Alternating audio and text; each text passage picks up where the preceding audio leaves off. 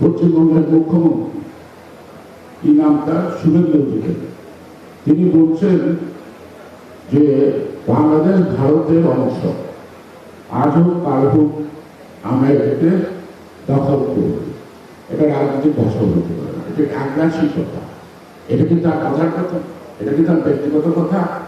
না, এটা সর্বভারতীয় যারা রাজনীতিক গোয়েন্দা সংস্থা থেকে আরম্ভ করে 100 বছরের প্রোগ্রাম হাতে নেয়, না তাদের একটি অংশ। এগুলি কিন্তু আমাদের ভাগ করতে হবে। আমরা প্রতিবেশীর সাথে ঝগড়ায় করব না, আমাদের ঝগড়া করা মানানসই না। তাই বলে দাসত্ব স্থির করে আমাদের অস্তিত্ব বিলীন করে দেব, সেটাও কিন্তু সম্ভব না। সেই কারণে দেশ আজকে ক্ষুদ্র হতে পারে, কিন্তু কোনো দেশই আলাদা না। আজকে গ্লোবালি সকল দেশই সকল দেশের আশেপাশে আছে। আজকে মধ্যবর্তী যুদ্ধ ইরান আর ইসরায়েলের মধ্যে সীমাবদ্ধ নাই।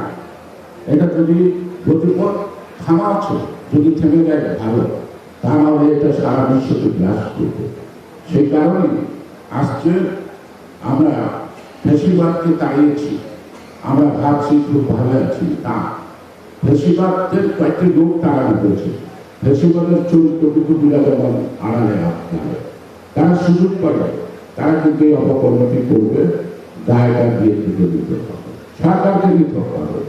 সেই কারণেই আমি বাংলাদেশের একজন নাগরিক হিসেবে বলবো, আমার দেশের প্রত্যেকটি নাগরিকের যে অধিকারগুলি আছে, সেটা আন্তর্জাতিক হোক, দেশীয় হোক, সেই অধিকার প্রতিষ্ঠা করার ক্ষেত্রে আমাদেরকে সংগ্রহ দেখতে হবে, জাতিকে ঐক্যবদ্ধ করতে হবে। ফারাক্কার যে মিছিল করছিল মজলুম জননেতা মাওলানা হোসেন, সেই মিছিলের আয়োজন আমি দেখেছি। এই আয়োজনটা কি এক ফারাক্কার মিছিলে সারা জাতিকে ঐক্যবদ্ধ করেছিল, পানির ন্যায্য বিশ্বাস চাই। এটাই ছিল মুখ্য মস্ত্র শহীদ দেওয়ার জন্য, ভারতীয় পুরান দেশের সাথে চুক্তি করার জন্য। শুধু আলোচনার টেবিলে শেষ হবে না, আলোচনার টেবিলেও যারা আলোচনা বসবে তারা যেন তার চাপ অনুভব করে। চাপ অনুভব করলেই একটা যৌক্তিক সিদ্ধান্তে আসাটা সম্ভব হবে। আমি হাত পাতলাম, রাস্তা অনেক টুকু, হাত পাতলাই গজন বিদ্যা দেয়, গাড়িতে বসে তার মাপ করে নাকি, কারণ বিদ্যুৎ শক্তি না। সেই কারণে জনমত, জনশক্তি, জনগণের ফল যত বেশি আকাশ মুখে হবে, আকাশ ছুঁয়ে হবে, ততই প্রতিপক্ষের সাথে যে কোনো কঠিন সমস্যা সহজ করে সমাধান করা সম্ভব হবে। শুধু একা একা সরকার, একা একা কয়েকটা ব্যক্তিগত সম্পর্ক দিয়ে এইরকম বৃহত্তম সমস্যার সমাধান করা সম্ভব না। কারণ আমার মনে হয় বিষয়টা দীর্ঘমেয়াদী পরিকল্পনা, যাদের সাথে তারা ঝগড়া করতে চাই না, যাদের বন্ধুত্ব আমরা আশা করি, কিন্তু তারা কি আশা করে সেটা কিন্তু ভাবনার বিষয়।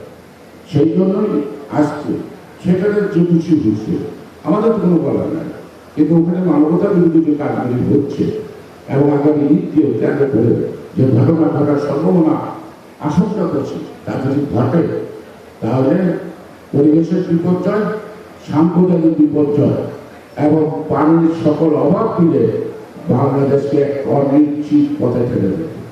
সেই কারণে সরকার, রাজনৈতিক দল সকলে মিলে, বিশেষত যারা যেভাবে আছেন, আমাদের এই আন্দোলনটা গড়ে তুলতে হবে। এর থেকে আমরা মুক্তি চাই, আমরা সাম্প্রদায়িকতা থেকে মুক্তি চাই, আমরা পরিবেশের হাত থেকে রক্ষা পেতে চাই, আমরা পানির ন্যায্য